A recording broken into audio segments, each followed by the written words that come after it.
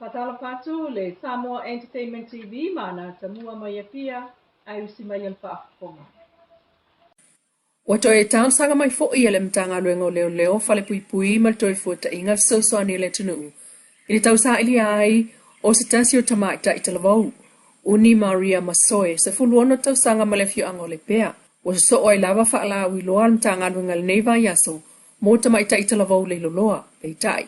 O Uni Maria Masoe se fuluono tau sanga o le pea o le taimi muli na va ai le tamaita i elona a inga o le astrofia sono yu lailu o lutolu. O whaamole mole mai iai mtanga luenga i se tasi na te sila fia ni whaamtalanga. Po se no fuanga o iai le nei talavou. Whaafso taile ofisa o leo leo la tane. I le lua lua, lua lua lua. Inisi o tala lo no no ili nei o aso talo na whaalau lo le website le tu malo palauli numero tasi savai. Al tumai tai minsta o tupe muli pola analosa ale molio o peitai. O moli mawina le tu maati la mai o le nafo iati nae o le miliona ta lai tu malo. Le tu malo mua le wala tu whaonga se vaenga o le miliona o atina e tu malo se website o so ta inga whaona po nei o le tu malo palau li tasi e au fiai tanga si utu sa Leilua sa tu ya tua foi lungam foi lalo. O le upenga ta whailangi e whai ai whata o inga whaate konolosi o le e-market o fua o whato anga o mea sina ma isi ngā o inga le tu malo e le ngata i sa mo nei e whapena foi mo e alala ia tunu mamao. O se au nanga so soani te mau ainga nu o mafio anga o le tu malo mai tau uai fo i le tu malo le songa i le whaonga ina o me tia whaona po nei whaonga ai au ala wha te konolosi. O le upenga te whailangi le tu malo o le ati na el vaeng wha mua lua se fulo te yalo ati na e apalauli numel tasi mai le lua o lua ono.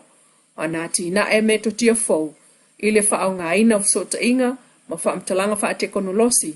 E pe ona sa noolo na whaipule, te tamaita e minsta, whaala hauloa mai fo ili whaita wai, i whaasino manga matala tu o le tu malo i lunga o le website.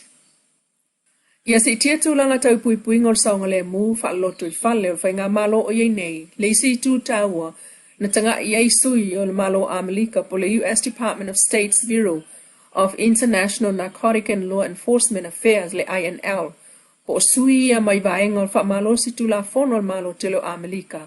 E ngafa mga adwenga whaalewa o malo imta upu tau whala au whaasaina.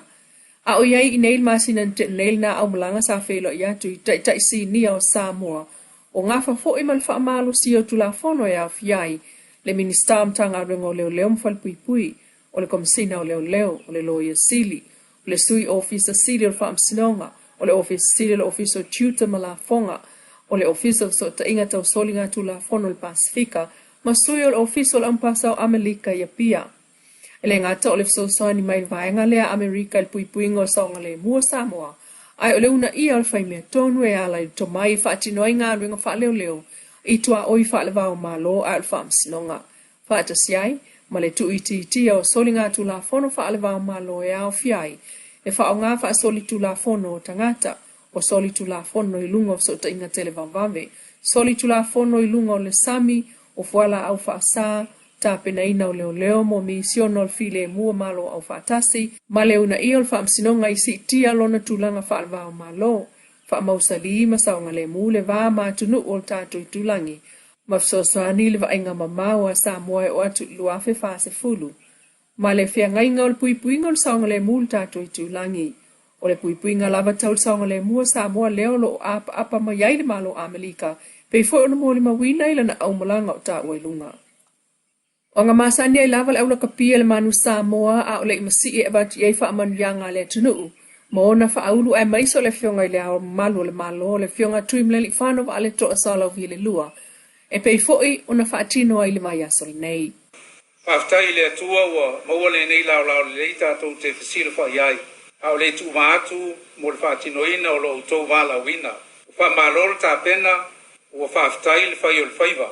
Tel tonu le whai ngofie la au tau pito la au. Ua o le whātua tuanga o le atunu o le ngā ua i au tau au. O le ave ai au tau ma ave fua o le malo ma le atunu o Samoa. I whaalanga maia ale larolangi. E ave ai le neia manua maurunga ma le mata ngofie. E mori atuai o maua ma le mata ua inga mo ngā lofa. Ma wha manuianga mo lo au tau wala whaiva.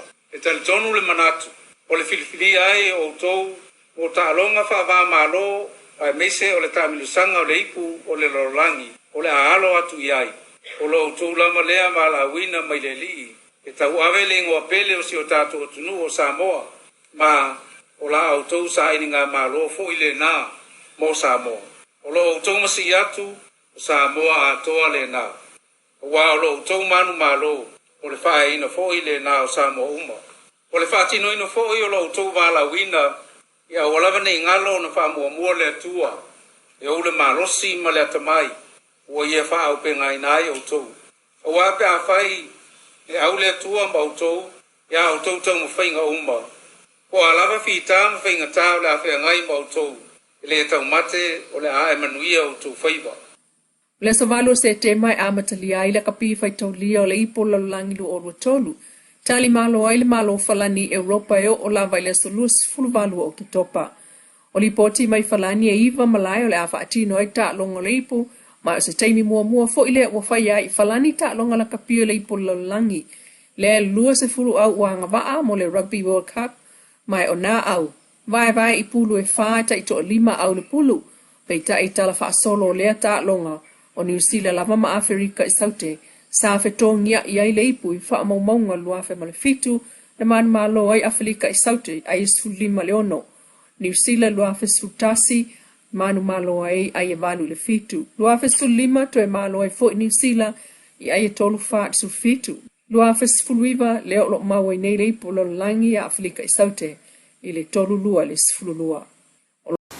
Taulunga to tala, i le felo inga se vai ngo tu stala ma le tai o le tua ngai tuila e pasa i lele mali le ngoi le masani na fasala lau le tu lau le vai nga fa upu fai e pui ai at tau tangata ya stofi o vai aso taitasi na silinga e tu stala so le fina ngalo i le mata upu le asosia fo ma i male na tau minister le fionga vala sita fito seli le o mai ato e teu ma fa ato ese le minister wa kaunga fa ko ese ia ma le fa apisia le foma sa kaunga kuela o lango foma al ve me foma e ngo foma ma fa alingi upule ma fo fa ya wo le lo po fa ko ese fa fia ole me sini o ngai lo ole o ngai lo se ol ben ai fa il minska ma le o lo pule e kilo le il au fengalo en ole